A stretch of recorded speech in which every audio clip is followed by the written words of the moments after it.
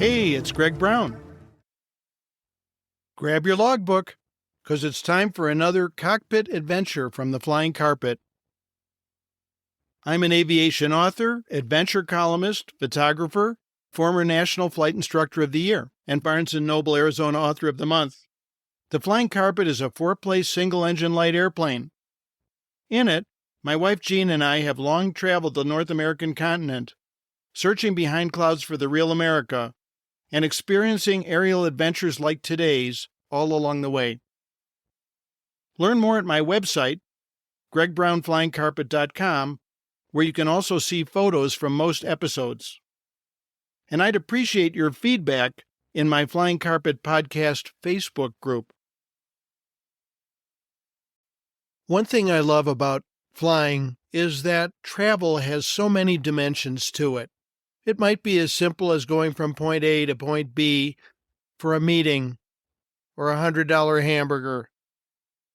But sometimes it takes you mystically and magically to faraway places spiritually or places in time.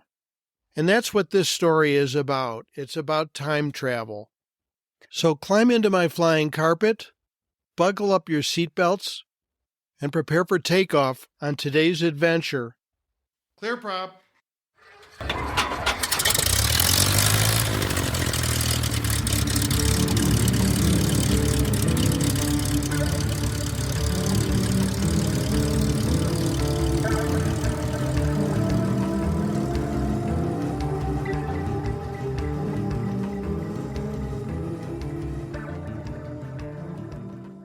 Today you're traveling back with me to way back in 1971. I was a new freshman at University of Wisconsin in Madison.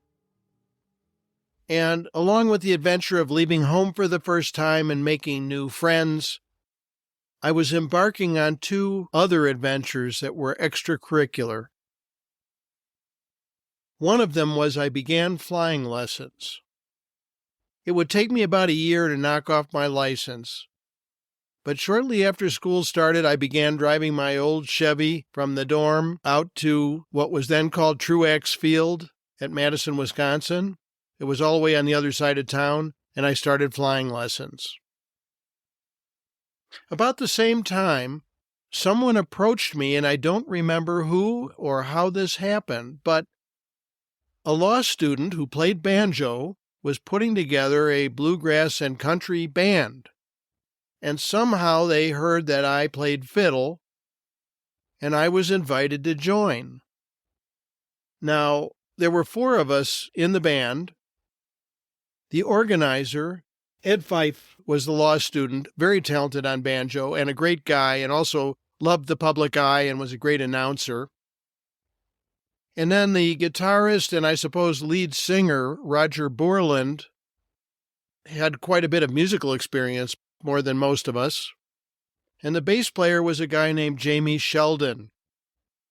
Jamie was a super talented bass player, glue that we desperately needed at a time when first we were new playing together, and someone like myself who had never done improvisational music before, it was great to have that foundation of the bass player.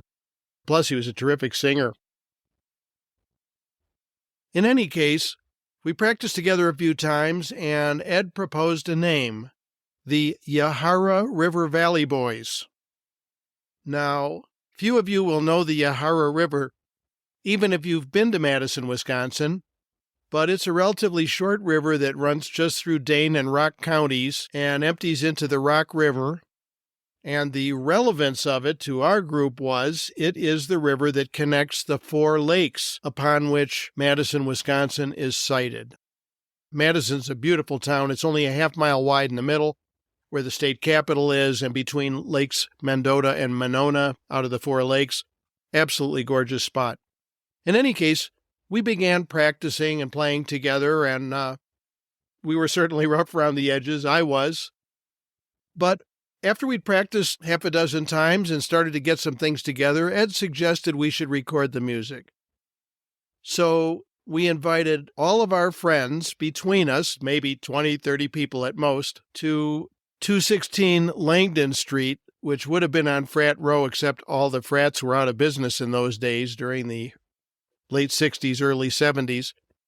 And we gathered everyone in the lobby downstairs, and we turned on the tape recorder, and we recorded ourselves playing. And later on, I pulled out my trusty old knicker mat. I was already an active photographer even through high school, and took a bunch of promo pictures for the band because we had big plans for where we were going to go with this band.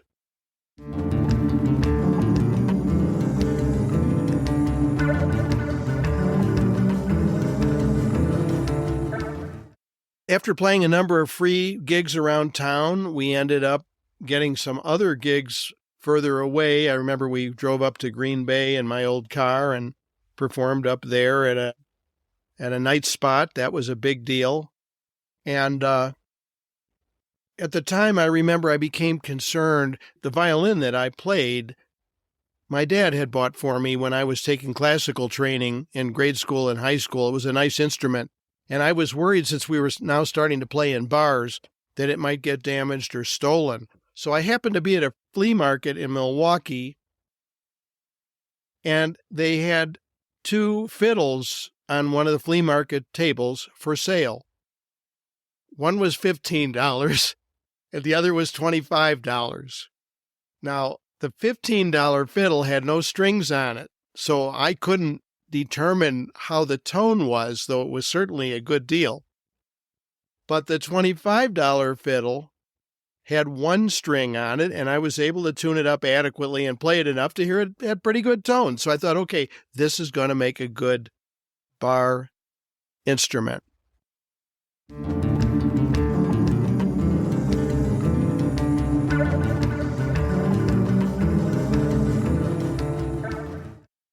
Now, although we played a number of gigs, the total life of this band was probably only about 10 months. And so I have relatively few memories of specific gigs. One exception to that is we played at a country bar across Lake Mendota in a town called Wanakee.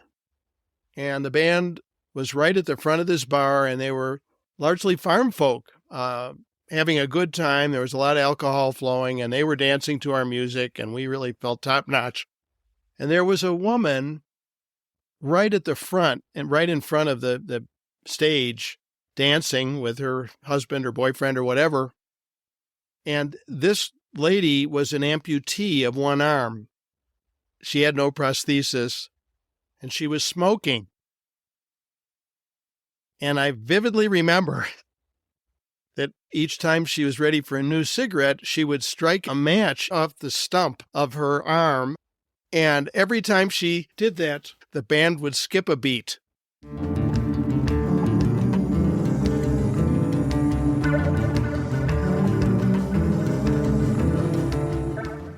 Anyway, the guys in the band were a nice bunch, and one in particular, the bass player, Jamie, he and I became close friends in this relatively short time. We really enjoyed each other's company, and we had a lot of shared interests, and we agreed that we were going to rent an apartment together for our sophomore year.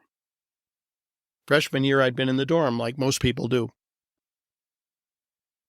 So Jamie and I went looking, and we found this apartment on State Street, which is a hopping part of Campus Town. We signed for this apartment, but shortly thereafter, Jamie told me that he was sorry to disappoint me, but he had decided he was going to drop out of school and go pro as a musician. And again, this guy was very talented, so I understood completely. It was a bummer. I had to advertise in the paper for a roommate who did not turn out to be half as good as Jamie would have been.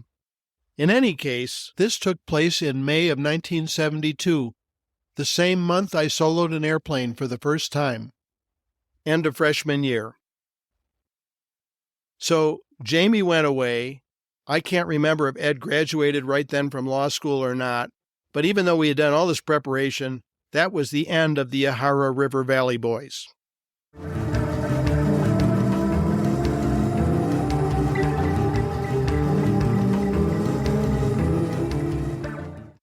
Now, I was able to reconnect with Roger maybe 10 years ago. All these guys were far better musicians than me.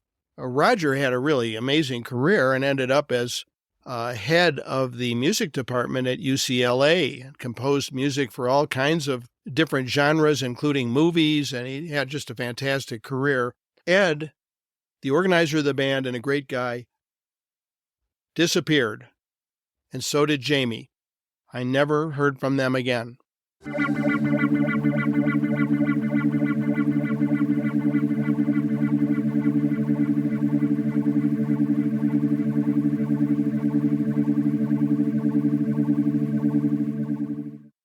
Until in summer of 2022, about a year and a half ago, for the umpteenth time, I got the bug to look for Jamie and found a similar name on a band website in Boston. The band was called the No Static Band, and it's a Steely Dan tribute band. In any case, I looked at the pictures and I thought, wow, one of those guys could be Jamie. Now, keep in mind, I hadn't seen him since 1972. So this was a little over 50 years later. So I sent a note via the band website and said, hey, Jamie, this is Greg Brown. We were in the Yahara River Valley Boys together. If that's you and you're up to it, I'd love to hear from you. Well, within a couple hours, I got an email back, and sure enough, it was Jamie. So I was just thrilled about this, and he seemed to be too. So that afternoon, while out for a walk on the nearby wetlands, I pulled out my phone and I FaceTimed him, and we had a great time talking and catching up a little bit. He had played professionally over all these years, including one of the most notable names he played with was a guy named Vassar Clements. Now, those of you who listen to bluegrass, you'll probably know who Vassar Clements was, probably the best-known fiddler in bluegrass for many years. Those of you who are not bluegrass fans, you may still know of him because he played on rock albums. Also, one that comes to mind was he played on the Rolling Stones song Country Honk, which, if you've ever heard that, it's got some pretty amazing fiddle. It's a country or bluegrass version of Honky Tonk Woman. In any case, Jamie had a great career, and this No Static Band has got gigs all over the Northeast, and they played with the real Steely Dan players and caught up a little bit about our pasts.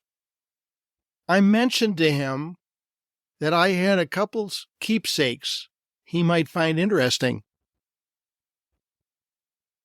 One was I had a dozen or so slides, those publicity photos I took with my old knicker mat in spring of 1972.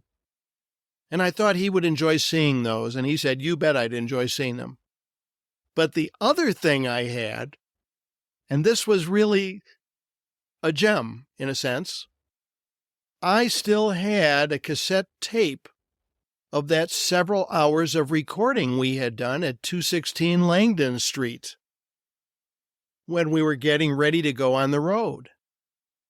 So you can imagine that was something Jamie wanted to hear. Ladies and gentlemen, friends and neighbors, we're the Yahara River Valley Boys. That's Yahara as in Yaha, live and in concert from 216 Langdon. We'd like to introduce Roger Borland as he sings You Ain't Going Nowhere.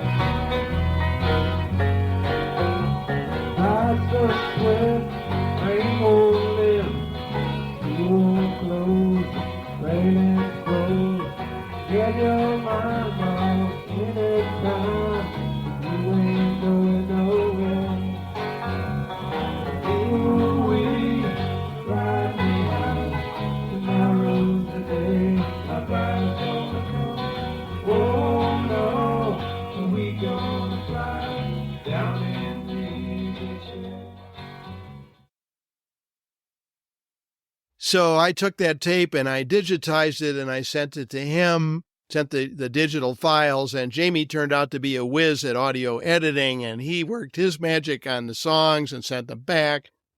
And, it was recorded under far less than professional circumstances, and frankly, the band's quality was such that it did not deserve professional recording, but it took us back to Ed Fife's bantering and introducing the band members and talking about the different songs, and then our bantering with each other in the band and comments from the audience.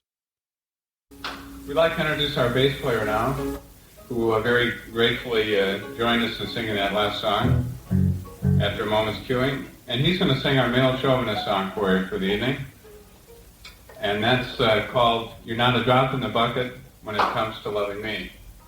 Is that a clap of recognition back there? Or? Jamie? Yeah? Would you like to sing the song? Yes, very much, Ed.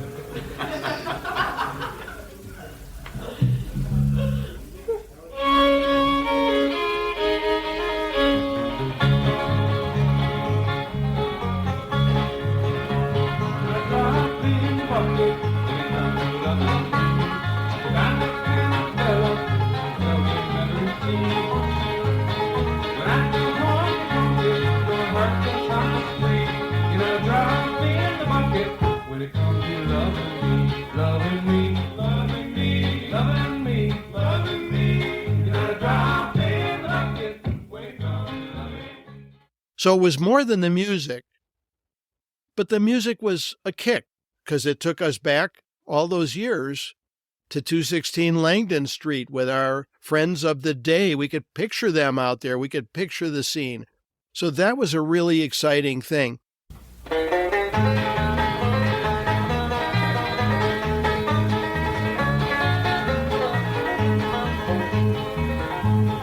get to see that city, get to see the city, get to see that city, let's go to that land. Come on, little children, come on, little children, come on, little children, let's go to that land.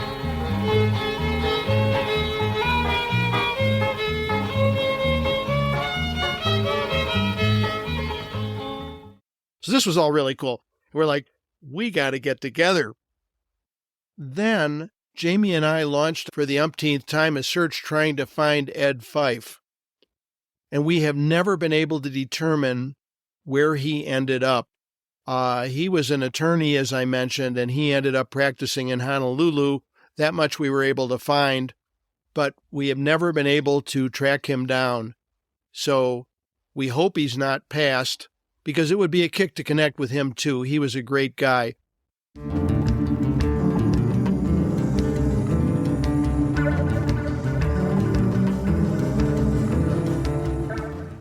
Now, it turned out that Jamie's son, one of his sons, had recently moved to Tucson. And I live in northern Arizona in Flagstaff. So Tucson's several hundred miles away, but it's well within flying carpet range. So I was like, Jamie, next time you come out, you got to let me know and we're going to get together. Well, fall passed. We got into spring. I get a message from Jamie. He and his wife, Judy, are going to be in Tucson for a week. And bummer, it turned out to be the week that my wife and I were going on vacation far away. And we certainly weren't going to cancel vacation to fly down and see him, but enter the flying carpet. That's how you go see people you haven't seen for 50 years. However, we couldn't do it because we were gone and they left before we returned. So that was a big disappointment. So then we're like, well, you know what? One of our sons lives in upstate New York, and next time we come out your way, we'll be flying out there. We'll hop over to Boston and we'll get together with you guys. So come last fall, my wife had a high school reunion, and she's from Northern Illinois. So we decided, you know what, we're going to go to the reunion and visit our friends and relatives in the Chicago area and up in southern Wisconsin.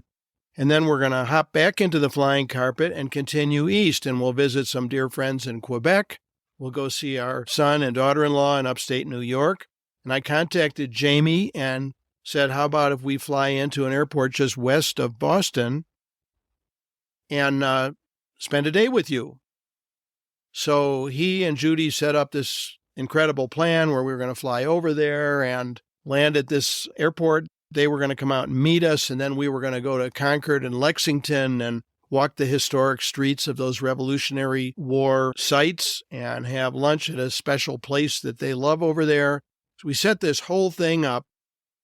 We get into the flying carpet in September, and we fly east. Now, from Flagstaff to Chicago in a 182, depending on the wind, is somewhere in the neighborhood of 7-8 hours of flight time, which we can do in one stop in our Skylane.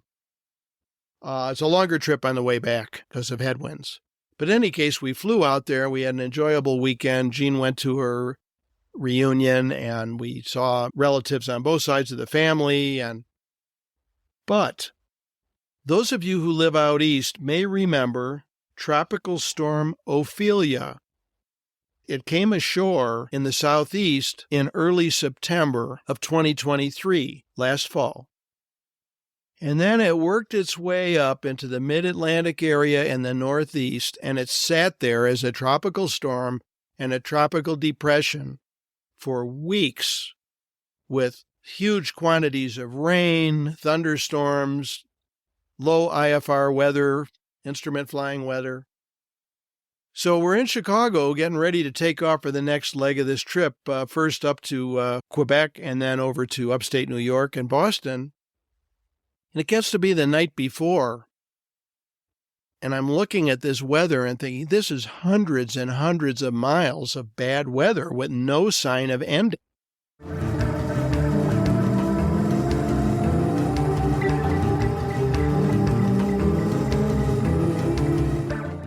Now, I'm instrument rated, and the flying carpet is nicely instrument equipped. But anytime you're in a single-engine plane and you're going to fly hundreds and hundreds of miles with uncertain convective weather and a lot of low IFR, you're thinking, well, one, if anything goes wrong, I got a problem. And at best, we could get stranded someplace halfway and never get to where we were going.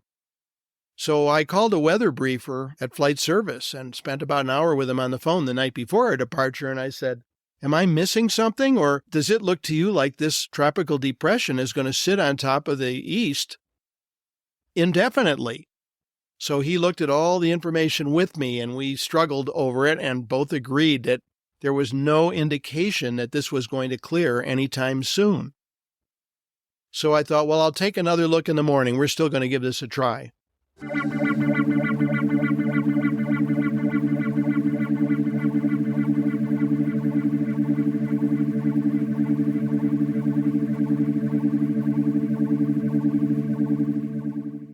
That evening, we went to dinner with my brother and his wife and had a great time. And then Jean and I went out to the airport, Aurora Municipal, if you know that place, in southwest side of Chicago. And I checked weather, and that same big blob of weather was sitting there with no sign of moving. It did not look like a good day to go flying east, and there was no sign it was going to improve anytime soon. So, and I've never done this in over 50 years of flying, I've never had to throw up my hands and say, we simply cannot go. But in this particular case, Jean and I looked at each other, and we could see that we could be stuck for days and still not get out east. So we loaded up the flying carpet, and instead of flying my filed flight plan northeastward, we turned southwestward and headed for Arizona. And even at that, the weather was pretty tough. We had to fly through some fairly nasty IFR, but it got better as we went west. As always, going west, we had horrific headwinds. We landed at Garden City to refuel, and probably a total of 10 hours flight time, we finally got home. So that was a horrendous disappointment for us.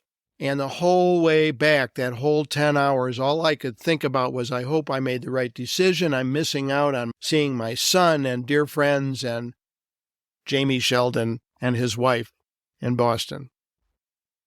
So, course, I contacted Jamie as well as everybody else. I actually texted him from the airplane and said, sorry, Charlie, we're not coming. And I said to Jamie, hopefully you'll be out to visit your son in Tucson again this spring, and then we can get together. Now, I have to tell you that for days afterwards, I was fretting about whether we made the right decision in not completing this trip because we knew it would be at least a year before we could go again. And I'd probably still be fretting about it today, except that in the days that followed, the Northeast was inundated with flooding from heavy rains and thunderstorms. So Jean and I were able to look at each other within a week or so and say, you know what? We made a wise decision by not attempting to continue east at that time.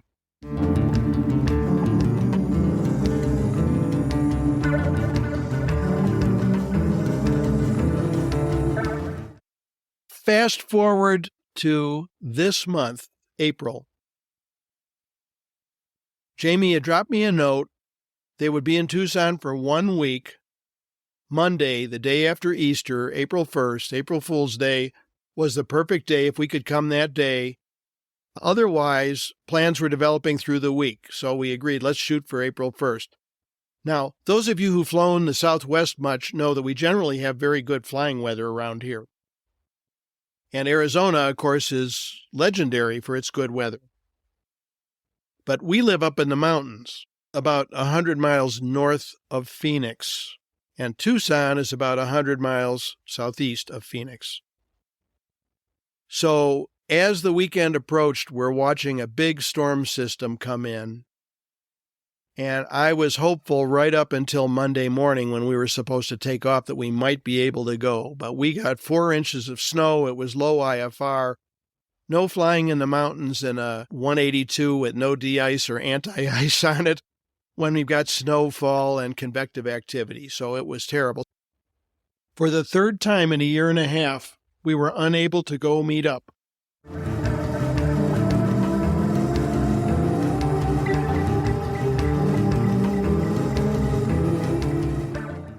So I contacted Jamie and I said, do we have any option? And he said, well, I can make tomorrow, Tuesday, work, but for the rest of the week, we've got family plans and it would be really tough to change. So Tuesday morning, Jean and I get up. The weather was clearing. It was very windy. There was low-level wind shear, and accordingly, low-level turbulence was forecast. Tucson still had broken clouds, but they were at a reasonable altitude, about 4,000 feet. So we took off from Flagstaff. Yes, it was bumpy, really bumpy. In fact, Jean and I had to hold on to our seats at points in the flight. But it didn't matter. You expect magic during time travel, and we found it. Here we are flying over the beautiful Arizona countryside, over Sedona, over Phoenix, Picacho Peak, all this beautiful terrain. And we go from snow-covered landscape where we live to this beautiful Sonoran desert populated with cacti and flowers.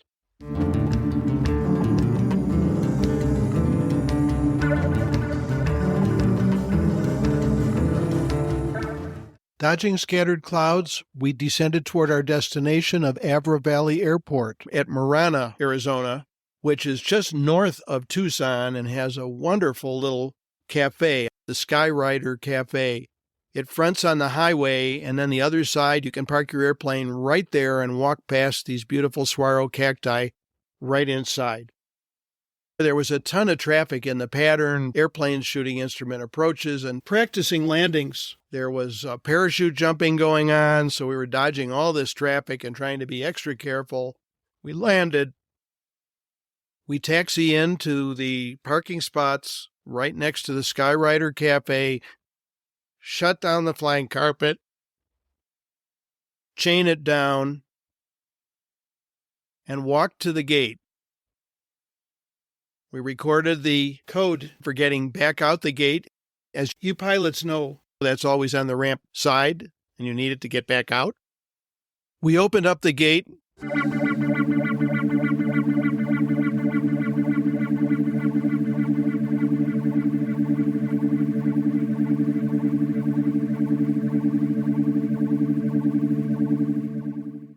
here comes this tall guy who looks strangely familiar. And it was Jamie Sheldon. First time the two of us had seen each other since May of 1972. You never know exactly how this sort of thing will be. If you're like me, you've probably met some old friends and it was like old home week, and other old friends, it's like the magic has gone away and they're not particularly interested in getting together.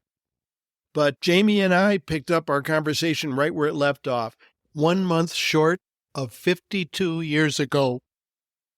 You know, I'm pretty convinced that what makes for a long-lasting friendship is if you have interests that go beyond shared memories, you know, that it's more than we did 3 fun things together. The friendship included a higher plane. And in this case, we just fit right back into where we were. We had a good time sharing our life stories, and we had a lot of commonalities we never would have anticipated in terms of the type of careers we had, work we had done.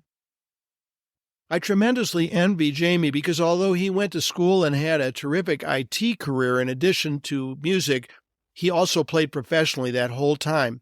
Whereas one reason why I think I'm nostalgic about this is that little band, the Yahara River Valley Boys, was my one foray into professional music, and I enjoyed it a lot, and I'm sure I would have become a lot better had I had the opportunity to stick with it.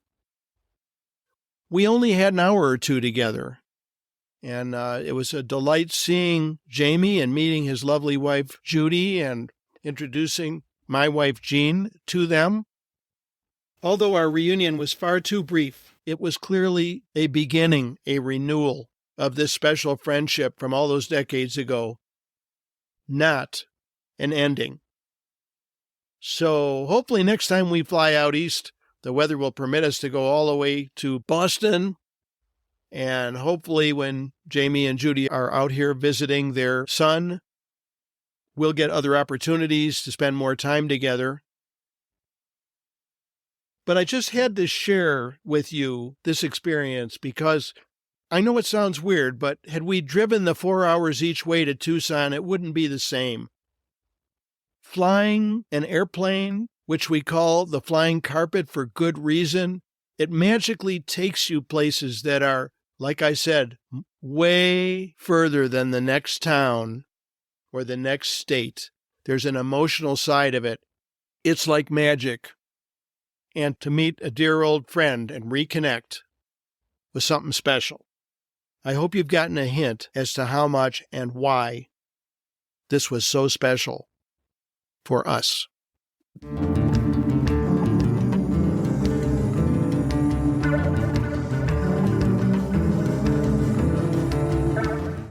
I do have one postscript I would like to share with you. My original violin that my dad bought me years ago ended up with my older son, who is a professional musician. But the fiddle I bought in Milwaukee, in its old wooden case, the one I bought for $25, that has been in my closet for all these years and only rarely taken out, which is sad. But about 10 years ago, I took that instrument into a violin repair shop and had them look it over and make some adjustments to it so it was playable because it had been sitting for so long. And to my astonishment, the technician, who was a very sharp guy and did a lot of work for symphony orchestra musicians, he said to me, "Oh, this is a really nice instrument. This is a handmade German instrument, and it's probably worth several $1,000s." So one thing I got out of this story is that it's probably the only investment I've made in my life that turned out to be a winning ticket. That the violin I bought for $25 at a flea market turns out to be a desirable, reputable instrument worth a couple $1,000. So I just had to share that with you. We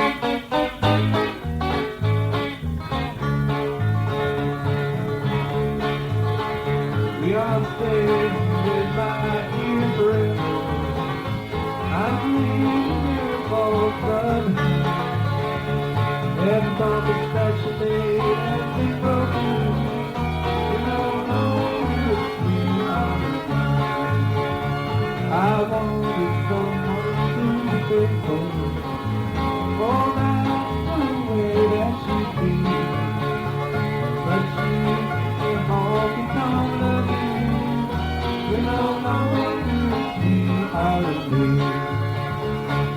back to the garden seated and say with your heart softened. Go back to life with you. You're alone with me.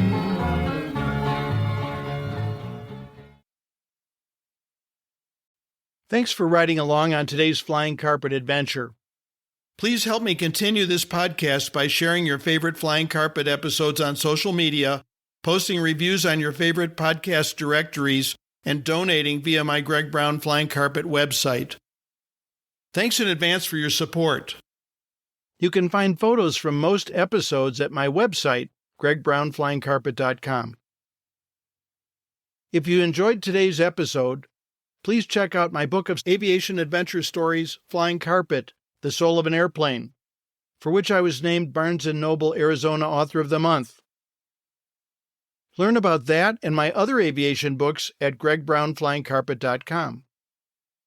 Also at gregbrownflyingcarpet.com, you'll find my views from the Flying Carpet aerial photography, available in fine art metal prints and pilot achievement plaques.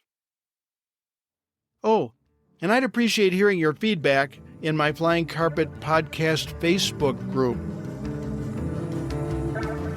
Follow my social media sites, most of which can be found by searching Greg Brown Flying Carpet, and consider joining my Student Pilot Pep Talk group on Facebook. Thanks again for joining me on today's Flying Carpet Cockpit Adventure.